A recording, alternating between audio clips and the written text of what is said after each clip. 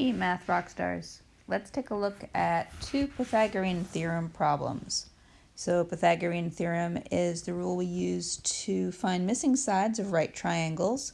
A squared plus b squared equals c squared, or leg squared plus leg squared equals the hypotenuse squared. And you'll want to remember that the hypotenuse is always the longest side, or the side that's across from the right angle of a triangle, and the other two sides are the legs. So in both of these cases, I'm going to make sure to simplify the radicals, so I am not going to round my answer.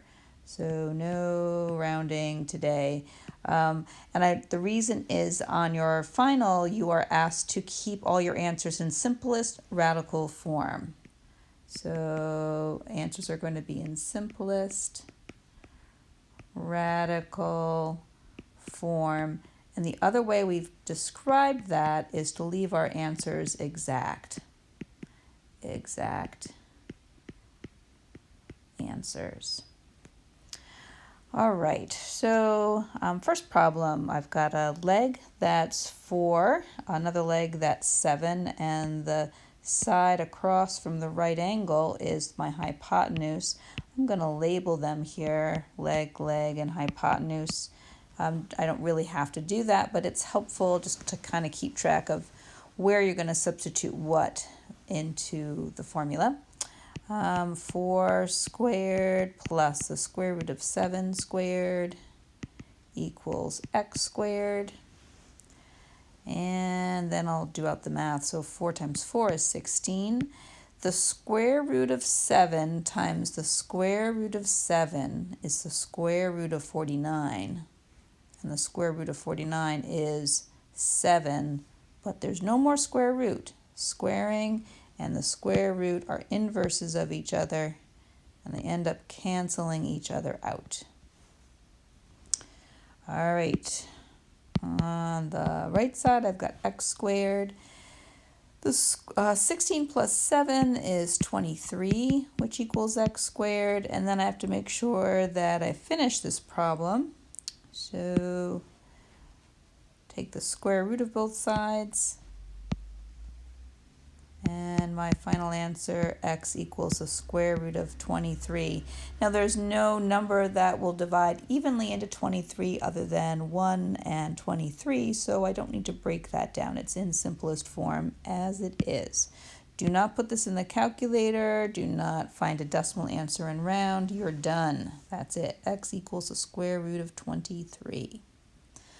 Now we'll take a look at the second question. So that's this one here.